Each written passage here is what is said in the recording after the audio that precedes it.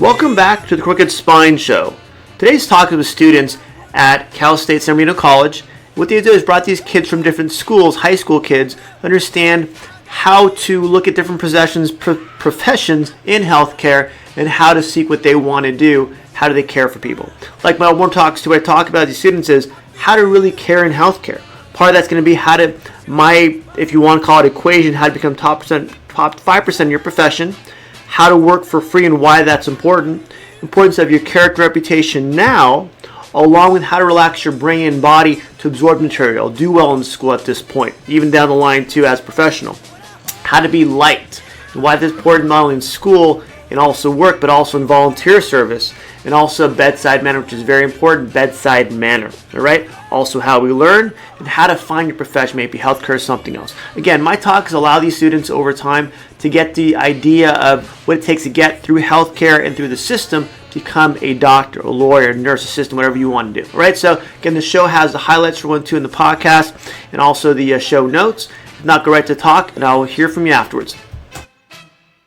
Ready? Give me 1 second. Are you ready to go? You're on it. All right, guys, good morning. This is session 2. Our presenter today is Dr. Anthony Bratovic. Good job, good work. He graduated from Loyola High School in Los Angeles, attended and graduated from UC Riverside with a Bachelor of Science in Biology. After working for 2 years in education and pharmacology, he began 3.5 years of chiropractic school. He began volunteering in an office during his first year of chiropractic school, and eventually he started working as an associate after becoming a doctor of chiropractic. After learning and gaining work experience at this office, he was able to purchase into a partner and present the office where he has practiced there since 2005. The title of this workshop is Putting the Care Back into Healthcare. Give a round of applause. Step 1, before we do anything, because I'm a chiropractor, what you got to focus on? What do you think I do? Step 1. What do I normally do? Posture, right? Good, good posture. Occasionally. Occasionally. So let's do this real quick. Yeah, this is golden here, huh? Okay, well, fun. Who wants to be my demo today? Good, perfect. I'll do you next. So grab a seat. Okay. How do you normally sit? What's your sitting posture like? Horrible. I don't know yet. I haven't seen your posture. Let me see. Should I get your good camera picture? Good, okay, good. Always something to work on. Scoot forward the chair. One more. Good. Bring your feet underneath you. How's that feel? Phenomenal. Best posture ever in your life? Sure. It keeps your back up right here. Okay, especially for taller, bigger guys too. It's harder in these chairs, but the more you can get your feet underneath you, allows your body to sit more upright. That's when you have more energy that way. Right, energy, because this is a long day for you guys. So I feel exhausted by the end of the day. By doing this, keep your body up, more blood to your head, more thinking capacity, you don't wear yourself out. Just as my 2 cents, all right? Any questions? Face that way too. Turn your whole yeah. Everyone see that? Good? And one more time. Sorry. That's it. We'll go around if you want that. We're good. Okay, this is my 2 cents. You're going to be in a classroom all day long, which you guys are, right? It's painful every day. Ugh. Institutionalized till like you're 18 years old or something, right? Okay? If you're going to be in healthcare, realize the school you're going to go through, after high school, that's what you want to do. If the goal is to make sure you weed you out, to be honest with you. Okay, the goal is to make sure you pass, but sometimes don't get anything out of it. Out of anyone watching NCAA basketball tournament right now? Like myself? Anybody? Okay. There's 64 teams entering the tournament, right? Okay. What percentage of the teams finish the Final Four? If you do the simple math. 6.4%. Okay, well that's 10%. Be less than maybe 5%. Okay? If you want to be the top 5% in your class, if you want to be the top 10% in your class, which is what I would expect, that 10% does something with themselves afterwards to be someone who can help other people, but also make a decent income off of that. Wants to make money in healthcare. Me? I do too. Okay? So my biggest thing is, can you help people, serve people, and do the same thing back when you're rewarded for that service? One thing is picking the right career. Even starting now. I did a talk with a graduate school in Claremont called Keck Grad Institute. These kids, and I call them kids on 45 Mansion, a lot of it is they're looking into getting into med school in about 6 months to a year. They're applying to UCLA, USC, Stanford, Harvard, a lot of backing schools, Baylor too, what I'm talking about. Okay, going through their what's it called, interviews right now. Okay, finish up the resume, they're basically one from the door. They just have to choose where they want to go. You have advantage over them. The reason you have advantage over them is because you guys are young, and you have a lot of years left until you get into your graduate school program, after high school program for 1 2. The reason you have the benefit because now you have time to gain more experience. Okay? As a high school student, can you work in a hospital? You can volunteer. You can volunteer. Volunteer. Volunteer, you don't get paid, right? But right now, as a high school kid, and some people do, how much do you pay for your own cell phones? You go off the internet? Good? Good for you. Do you pay for any utilities at your house? You pay rent at your house? Good. Good for you. Okay? If you don't, you have a lot more income, a lot more time involved to spend doing volunteer work. If you pay for your own stuff, even better. You're developing work ethic, and also value to make sure when you go to the next step for you, you're going to be able to have more passion for that. You don't have options sometimes. Okay, sometimes you have one chance to get through a program and that's it. Other people I graduated with, half of the graduating class 5 years after graduating was about 15 years ago, at that point to do something else, you couldn't hang. But they graduated with not $10,000 of student loans, not even 20 or 30, but $120,000 student loans, with no degree to back it up, no work to back it up. Not to scare you, realize you can do something, how to get focused right now, how to gain the experience and the knowledge. Get the knowledge now, the knowledge in high school, that's fine, but the experience to use that, those both, get yourself the next step, next step, next step. Okay, any questions about that? In school, phenomenal. Again, knowledge is great. But can we get to where we do some volunteer, maybe even 1 hour a week? And maybe 2. If you don't like that one, do this one over here. Okay? There's different options through your school, through your program, through the city even too, to go and help. Why is that important? Schools like that. And you gain the experience to actually see what you want to do. And you also get to figure out, what is my character? Can I actually, like this talk is called, can I care in healthcare? You go volunteer at a senior home for 1 2, not where your parents or grandparents or great-grandparents or family are located, but somewhere different, and go, can I volunteer for a couple hours a week on a Saturday? And go talk to seniors. Okay, if you can do that and feel comfortable, that's one step in the door. You have the personality, right now, to help other people. You're being healthcare, you have to want to help other people. Yes, you can make good money, but number one has to be helping people first. Again, people that I went to school with, they win it because they want to make money, they want to buy a Mercedes, BMW, plane, whatever it was too.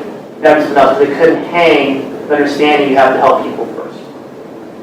Any questions about that? Experience. What does it work for volunteer? Internship? Okay. Finding a mentor for 1 2. Someone can go, hey, I'm looking at this, can you help me figure out a good way to get in there? Find ways to not reinvent the wheel. Someone's done it, figure out how they did it, that point backpack. My school is in chiropractic school. By the time my chiropractic school is 10 semesters long, okay? It's grueling, it's not fun. You're in school from 8 in the morning till 5 at night, study all that night for the next day for another 8 hours. Saturdays, another 4 or 5 hours. We have tests almost every day. First semester, we lost about probably 50% of our student population. And by the end of the school, end of the 10 semesters, half our class had dropped out. That's beyond 5 years later, other people dropping out. So we graduated maybe 25% of our class, we're still practicing now. The reason I say that is because when you look into the next profession, is what is that school lead you to what type of job? You can do the job now, figure out who's in that field that you like, that you can mentor, that's successful in that field, and backtrack how they get there. What they do when they're in school to get to that position where they are. When I was in school, we had things called, you know what the yellow pages are? Remember those, the old ones? Your grandparents probably have them. My parents still have them too. They're this big book, and I took the one on my list from my chiropractic school. Took the big book, the yellow pages. Went through the ad and said, if these students that graduated, they work here now, they have good ad. Because back then the ad was how much you put into it, how much you paid for it. That's how much you could afford. If they afford good ad, they must have these not, you would think, possibly, well, maybe. Out of those 10, my alumni list, I took maybe 5 to answer the phone, maybe 2 or 3 wanted me to come in and just go and volunteer, go talk to the doc, whatever it was. By the time I finished the first semester, maybe my second semester, in my second semester I was volunteering in 2 places. Even though I was in school 8 hours a day, all week long, I found time on the weekends when I wasn't in school or studying. That event, I go to the event and help out. Again, just volunteer, maybe buy me lunch, something like that. Do something to where I can get in the door, them to get to know me, my personality, and build a reputation with them over time so they saw that as a benefit to them. Okay? When you help out and go and volunteer to find a mentor, internship, is for your benefit or the company or business benefit? What do you think? Who benefits more? Well, what do you go to the door for? What should be your priority? What's that? Yourself. No, wrong. Experience. Wrong. Other people. Nope. For their benefit. If you're going to go and volunteer at an outside intern right now in my office, I'm up in high school RP, Bulgy RP, is they're there for my benefit. Okay, when they're there for my benefit to help me move patients through the office, help do therapies, help run x-rays, help people get in and out of it because I run a quick office, my benefit first, then your benefit afterwards. If you're going to volunteer and go find those houses you want to go to, or private hospitals is, you figure out how do I benefit them first. I'm busy, I don't need people to help. I want you to help me first and then I'm going to help you. So the secondary benefit is you getting the experience, the shadowing volunteers do in my office, the how things work, the terminology sometimes do, how do patients and doctorship actually work. You go with that, your secondary benefit is that. When you go into an office and volunteer, it has to be, how can I help them? What do you want me to do to make your job easier, your life easier? That's what it comes down to. Okay, again, this is this learning, right? I didn't know this coming in high school. I was like, I'm going to swim, play football, and that's it. Go to college. So how do you understand, I'm going to go and find experience, well, how do I walk in the door? So these 5 days to the phone, do that stuff with, I went and did workshops with them, worked in their office, they did fairs, I did fairs. They went somewhere to promote their business, I helped them out too. All my own time, I get paid for it. But how do I work with that? So by the time I graduated, I already had a job and I'm ready to go. Half my class was still looking for a job when they graduated. So they spent, after they graduated, 6 months to a year with no income, no student loans anymore, because now you graduated, not going to pay to sit at home. And at that point, just wasting time basically, because they didn't have a job to walk in the door. But it took me 3.5 years of school, so about 3 years to build that relationship, so they knew who I was to get in the door and stay there. We had the job Monday after high school. We'll know where we want to go. Maybe, right? Maybe. Okay. But can you look at other options now so you're not forced into that? When you graduate, you got to do something. But now's the time, it's only a few months to figure out where you want to go, volunteer here, here, and here. And out of those, if you say 10% is where you want to go, right? So you need to volunteer in 10 places to find that one place you want to like. So instead of maybe, if it's 20%, maybe 2 places out of 10. But you need to go to 10 and go and stick your head out a little bit. You know, it's uncomfortable for me, but I'm going to go and do this. At that point, see if it works for you or not. Then people actually work as a chiropractor, when they got a job in another state, and they went there, they got there, they thought it was going to be good for them, and it wasn't. They had no idea what the situation was. What they can get paid, how that's going to work. They're like, so now they go somewhere else while they're working, and they sell the family support, themselves support too. And now's the time to start looking. I said before, grad students there at Claremont, they're in the door, they're already done. They have some experience, some that didn't. They're like, yeah, maybe not. But a lot of it is now to get that and find mentors for you that gets you in the door and keeps you there. Any questions about it? Difference between reputation and character, and your reputation and your character. What's the difference? Reputation versus your character. Your reputation is how people kind of perceive you as great characters who you actually are. Exactly. People, what people think you are. Your perception from their perspective. Okay? You build reputation by doing things, by helping people, by serving people, by showing that you do care about the people, applying your knowledge in return. So again, finding what you want to do. Okay, I think that's good for me. Go and find someone that does it, and then build a reputation with that person or persons to help them hire you down the line. When we started out, even myself too, I worked as an employee for these office after I graduated for about 2 years. Gained experience, knowledge, and bought my own practice where I've been for 15 years now. So a lot of this, can you deal with, even when I graduated, I was still learning. I'm still learning. Okay? I watch videos. I go to talks myself too. I give a lot of talks. I do a lot of videos myself. I put a video out maybe once a day. It's crazy. Some people that learn what I do. They learn how I do things. I'm videotaping this right now. I'm going to make this into a podcast and along with a live video on YouTube. I'll break that down to clips from the YouTube video too. So I'll have about 10 pieces of content on 5 platforms by probably next week. So I want people educated on how health works by these talks. So all your students with these talks too. All of them. Any questions there? Nothing? Wow, amazing. Okay. School-wise, are you mostly juniors, sophomores, seniors? How many sophomores? Yes. Juniors? Yes. Seniors? All right, almost out. All right, seniors, are you going to graduate a 4-year college, 2-year college? What's your plan? Good for you. Good for you. Good. You? Yes. Say USC? No, community. I want to make sure that right. Okay. And the reason is, it doesn't matter at this point if you gain experience while you go there to get your undergraduate, what they call G's done, or their general eds, get them done. It's painful. It's all painful. But if you want to get into a healthcare field, they require a state board exam that you can't take until you take enough classes to get there. It's just the way the system works right now. You want to make sure you're safe. The people around you do a background check on you, make sure you're not a lunatic, whatever it is. You want to make sure you have the education so you don't hurt somebody. Okay? I go through, I think, 4 state board exams, a couple practicals too, along with ethical exam, just to become a chiropractor.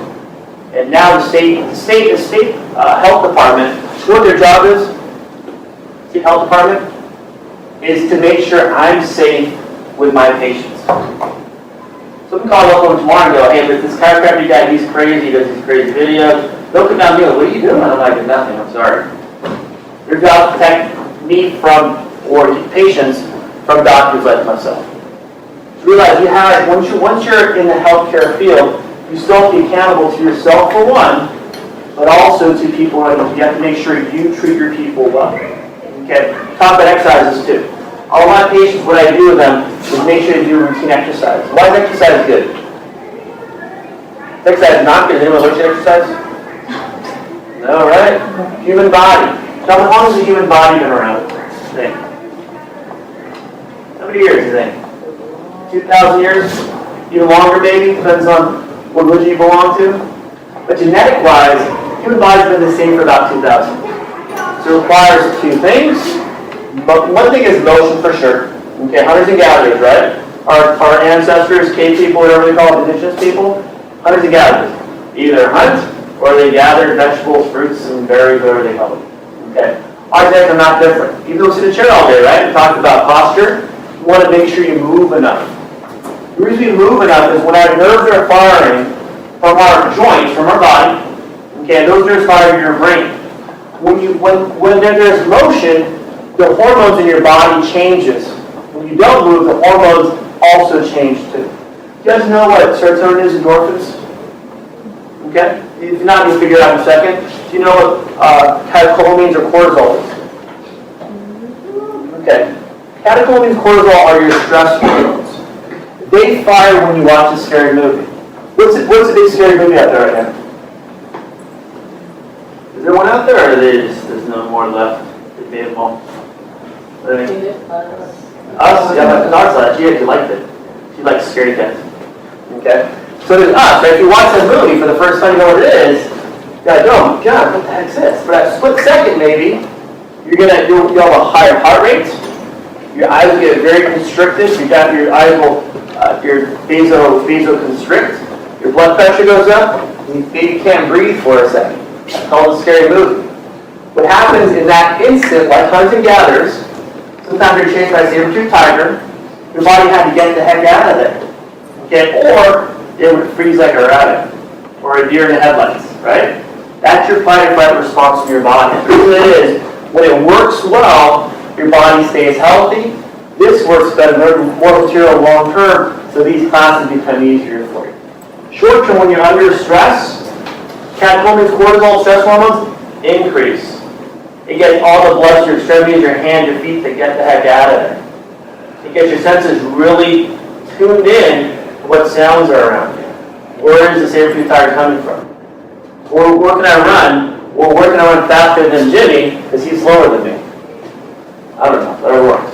Okay? When that happens, that short term, not a problem. In and out, boom, scary moves over, you go home, you laugh about it later, hopefully a lot later. That's when you're done with it, right? Probably you're stuck in the chair all day, and your brain's going the whole time I have to learn this class from this professor, this teacher, like, brain hurts. Well, this time your brain hurts, right? My brain hurts at lunchtime. After school, same thing too. When you work out, you go from a stress state because your brain hurts from all the material not moving. Work out, you get things to more balance out. But it means that you drop the stress hormones, increase serotonin and endorphins, so now your body goes to a relaxed state versus the fight or flight stress state. So part of this is sitting up properly, moving enough for you. At that point, you increase your heart rate, move the blood through your body to get to a relaxed state. That's where your brain can think easier, absorb more material easier, and you stay awake. Important things to do, right? Learn material. That point, school gets easier, not harder. So playing a sport, after school things to routinely allow you, even if it's music too, music, yoga, whatever you want to do, that's when your body gets away from the school, go back to your class, like, now my class is easier, I can learn this now. You need that window, that break, getting this to work better, your body can absorb more material. Any questions about that? So motion in your body is very, very important.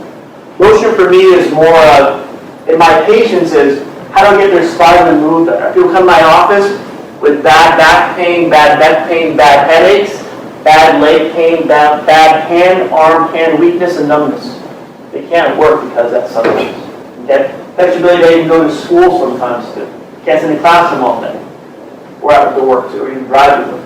So my job to alleviate that pain by making the spine move more first. That spine motion relaxes the nerves, so nerves that are irritated relax, and the body can relax. And I start them with how to stretch, how to strengthen. Often they'll learn new habits they don't have already, how to get themselves healthier so they maintain that on their own. As a chiropractor, my job and as a health professional, educate my patients so I don't have to see them. It keeps me very busy. That makes sense? I don't want to see patients. I want them better so I can see somebody else. That allows me to put information like this out there, my posture videos, some exercise videos. People see that, and it makes them understand how to stay healthy. I brand myself with, if anything, build my reputation up, and so I'm willing to help someone, not just come in my door every day. By doing these exercises, as you will do, and hopefully will continue that down the line, keeps your body overall healthy. So this works better right now. And line physically, I push about 90 people around a day. I adjust about 90 people in my apartment. I adjust people that are, I'm 190-ish, maybe about sometimes twice my weight, 400 pounds. I like jump up in the air like a ninja sometimes. Crazy. But the benefit is, I keep myself physically in shape to do that. Chiropractors, firstly, they go out because they injure themselves. They don't take care of themselves. They don't practice what they preach. I try to lift heavier weights, move my body around more, some cardio, I try to do more, but I want to push that weight so I can push my patients around all day. I'm certified to teach even chiropractors sometimes too on on a substitution basis, and that's my talk with them is, how do you stay healthy for your profession? That's when you get your body overall to stay that way. Okay? Who has done interviews yet? For colleges or for work? Whatever it is. Anybody? Yeah, kind of work.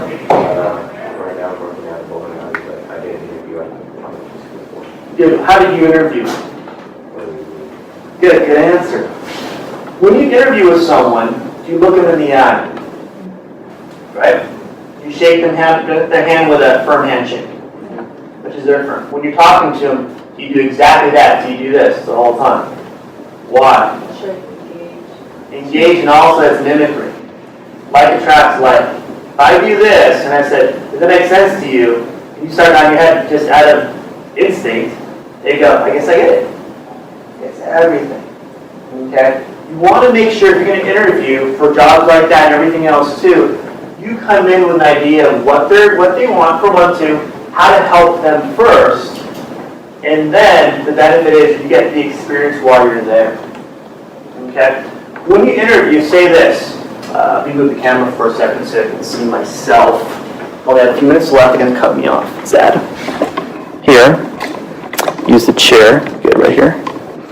When you interview, and I'm going to use, I'll use that as an example. Right here. I got the seats. You know. If someone's, I'm interviewing, it's hard to see over there for you, okay? You can see? Everyone see? Good? And I'm interviewing a patient, right? They're like this, just like this. I'm doing the same thing. Well, I think it's important to the patient to have that, or an interviewee, or an employer. Why is it important to mimic their posture? Make them feel comfortable? Yes. Like attracts like. It's one of the universal laws out there. If you do what they do, at that point, it makes your life easier. Okay, this person's like me, they still like me. How do you know? Do you talk with a loud voice or a soft voice? Soft voice, right? Okay. So someone has a soft voice talking to a patient. I want to gain their trust because I'm a doctor, chiropractor, whatever you want to call it. Basically, a doctor with a big student loan. That's what I call myself. Okay. I want to talk the same type of voice they have. The same, not only volume, but also speed of speech. Okay. They talk slow. I talk slow. They pause between words. I pause between my words. These certain words that aren't really words, I had one person call it, instead of sciatica, which is a leg pain down the leg, they call it sciatica. I'm like, cool. How's your sciatica doing today? That's what they think it is. That's what we go with that. Or I have nerve pain. I have pain that goes to my head, but I don't know what it is. That nerve pain that goes to your head, do you know what it is? It's called this. So I guide them to using their own language the whole time. Okay? By doing that, like attracts like allows you to gain their trust, so they see you as their friend per se, but they can understand you're communicating the same page. So the goal is really, and again, look at their eyes. If they change their posture, cross your legs. What do? Slightly, you don't overdo it, so you may want to just cross your feet maybe. If you feel comfortable, then cross your legs. Don't do it right away because that's weird. You know? Give yourself a second. At that point, okay, what are they doing? How do I follow them? Ask me a question. How's your day? My day's going well. How's your day going? It's going well too. Good. What did I do? I answered say thank you. I repeat the question and ask how they're doing too. When you do that, when you talk, especially as young as you guys are, it's not expected. Okay? We have some extroverts out here that talk a lot, as you know. Okay? Most people don't. And I'm okay with that initially. But even getting that as old people call self-esteem, self-confidence, getting that so you talk intelligently when you need to, at that point, that's my goal of the interns. Most interns come in like this. Like, I don't want to get in trouble. I don't do something wrong. You're here to do things wrong. You're here to practice. And one lady started crying on me. I'm like, what are you doing? I do the same mistake every day. I do the same thing. So how do we get them like you did, open up and go, okay, that's okay with that, then become a chatterbox, and then you just stop talking. So how do you gain that confidence, self-esteem, and you watch my videos too, my intern, so that they understand it's okay to talk, make mistakes, and interact with other people. Okay, if you're going to shadow, especially in medical office for 1 or 2, make sure you go in there with the intent of, how do you want me to help? Can I talk to the patients? I give my interns full reign. Talk to the patients, converse with them, tell jokes, whatever it is too, and always leave anything else you need. Anything else you need from me or the doctor. Always leave with that open-ended question so you know everything they came in for has been answered. The best surgeons out there, do they get sued? All the time. Surgeons get sued all the time. They have to have good malpractice, which costs them probably $5,000. You got a receipt. Thanks for your help. Good job. Look at that, you didn't clap it, right? 2 minutes, 2 minutes. I gave the wrong one, you actually have till 20. What does 20 look like? Oh gosh, not just using my whole talk. Kidding. So if we're doing this right, we're doing it the right way, I want to give interns and yourselves too a way to breathe and learn as you go. Okay, most people walk into the doctor's office, especially patients, they forget half what they've watched come in like, dang. Especially I've seen your patients, the seniors who are 65 and over, sometimes it's called the wider generation. They come in and they're like, I had something to tell you. I'm like, well, first of all, I'm not going to waste your time or my time. Here's my cell number, call me when you remember. I'll be in the table room over there, I'll come back and get you what you need. Seniors, if you talk to seniors, again, 65 and over, just the old generation one too, they're retired for the most part sometimes, but they want to be understood. And you talked with, about 2 weeks ago, with seniors about technology, right? The phone, the computer, how it works. How does it work in a doctor's office? Doctors are notoriously looking at their phone, on their iPad, putting information in, and that for me upsets because here's the relationship here. It's not here. So parents, especially seniors again, because they go to doctors maybe once a week, sometimes twice a week, when they're older especially, is they're sitting in the office for an hour. You know the appointment's at 3, they're at 3, they stop to wait for an hour. They get rushed back to the room. They're over here in the room. They're waiting for the doctor another 10, 15 minutes or so. Doctor comes up, hi, Mrs. Jones. How are you doing today? How's your back? Oh, I have the wrong file. Hold on a second. Hi, Mrs. Smith. How are you doing today? They're like, we're ready. So how do you avoid that? By doing this first. Then once your doctor comes talk to the patient, then you go to the room and you write your notes. Or talk your notes, whatever you want to do.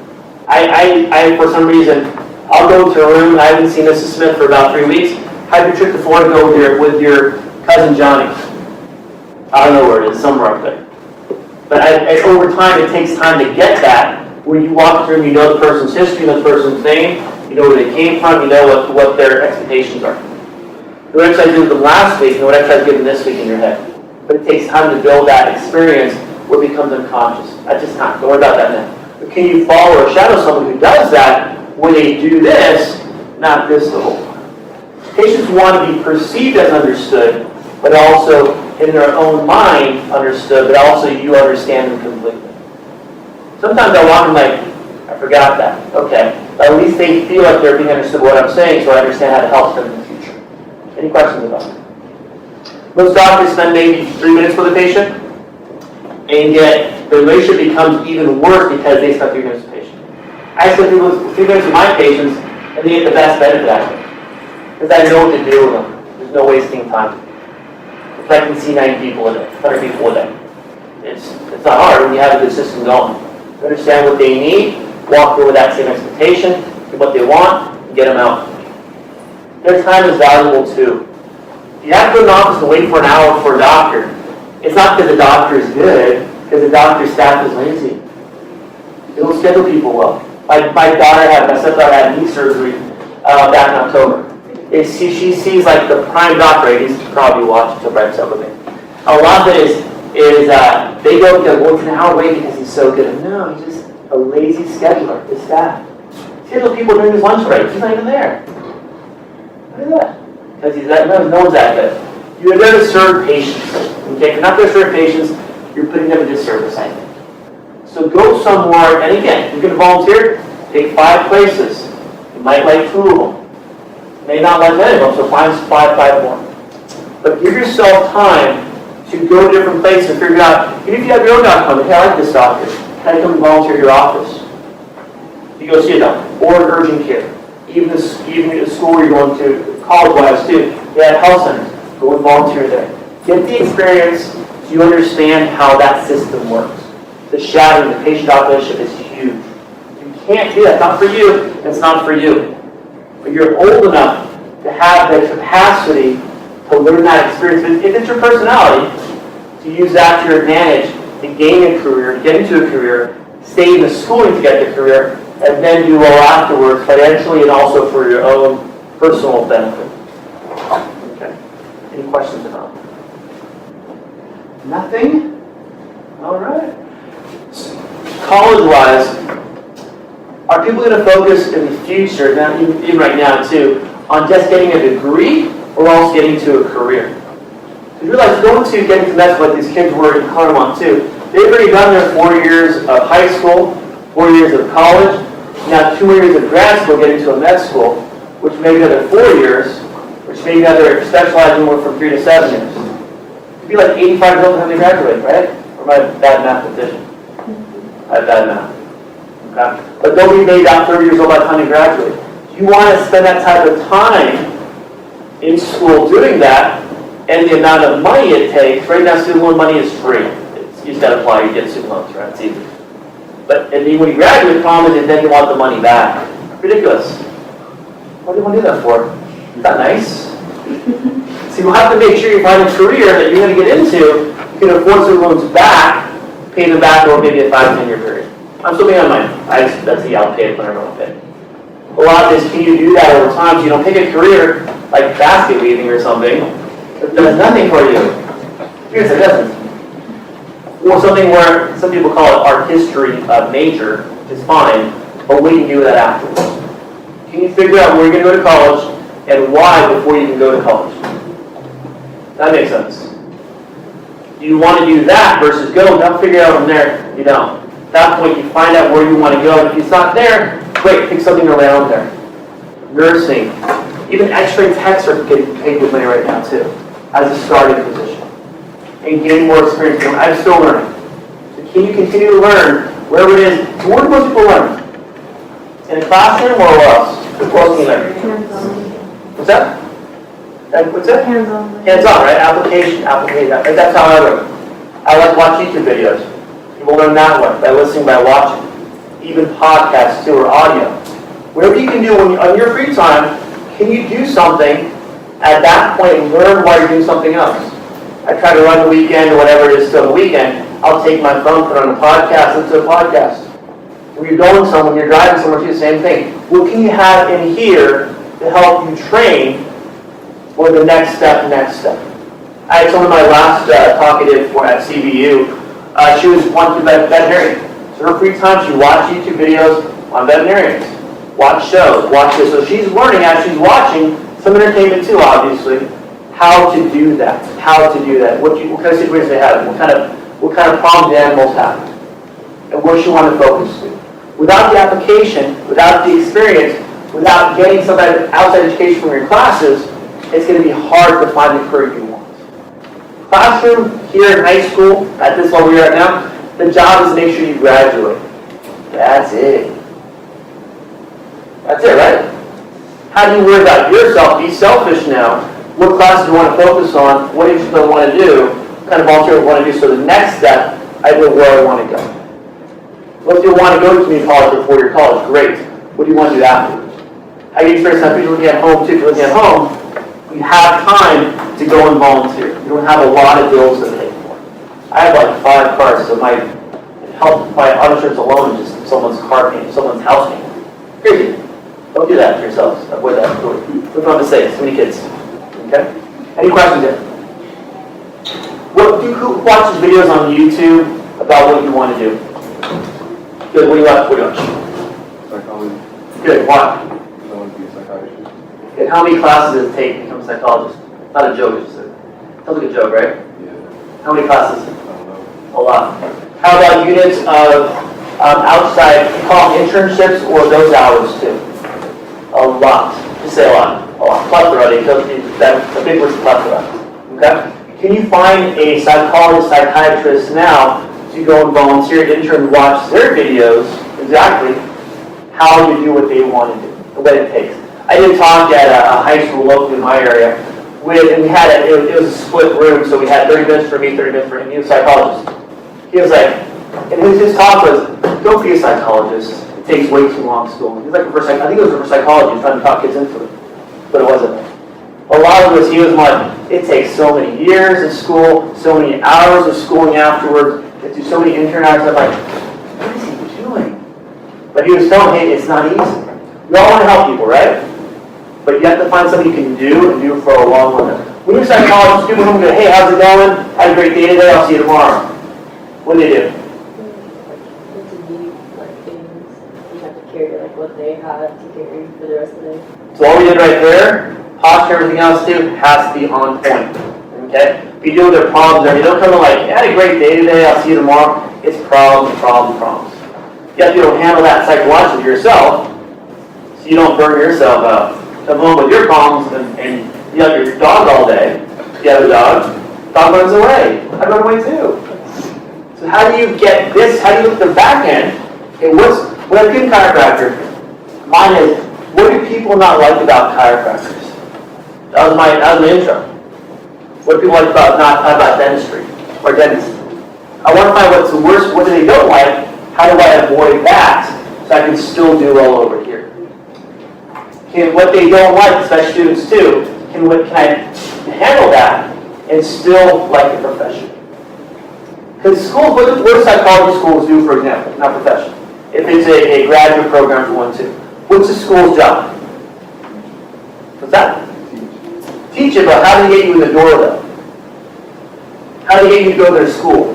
Advertising. What's that? Advertising. Advertising. Is advertising positive or negative? Positive, right? Their job is getting you in the door. That's it. You're going to tell you all the problems they have, all the kids who drop out, all the suicides afterwards because they can't handle it. That's negative marketing.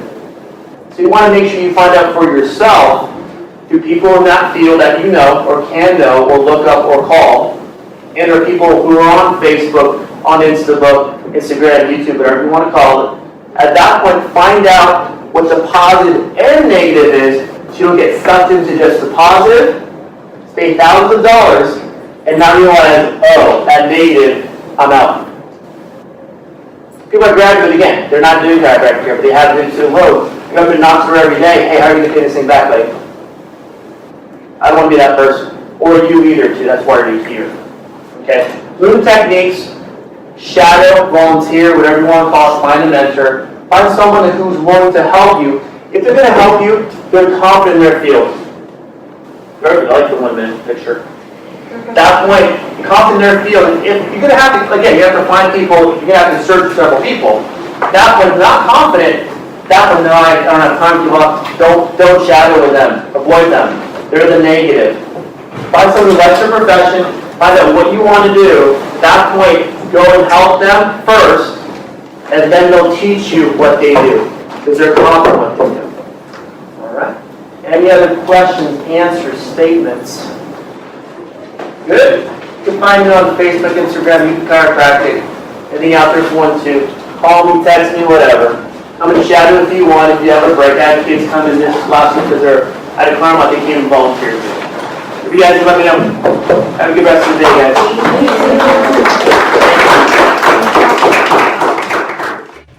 A role of a health professional is also to educate. May it be their patients, may it be their clients, may it be, in this sense, students for 1-2, to help them understand, if I'm a healthcare professional, what am I? What do I do? Do I exemplify health? Do I do exercise? Do I stretch? Do I talk about how the body works for 1-2? In this sense, do I promote people to become healthcare professionals and exemplify that and have confidence in it, so actually I become someone that helps educate, promotes, again, people around my community, people in my office, and then my patients too. Again, the show notes has highlights from this talk, jumped highlights if you want to jump to those. Also, the full video of this podcast, and also to other previous podcast videos. Right, so hope you enjoy the week. Hope this makes sense either as a patient, someone looking for a health professional, or a student looking to become a health professional. Right, so have a great week. We'll see you in the next one.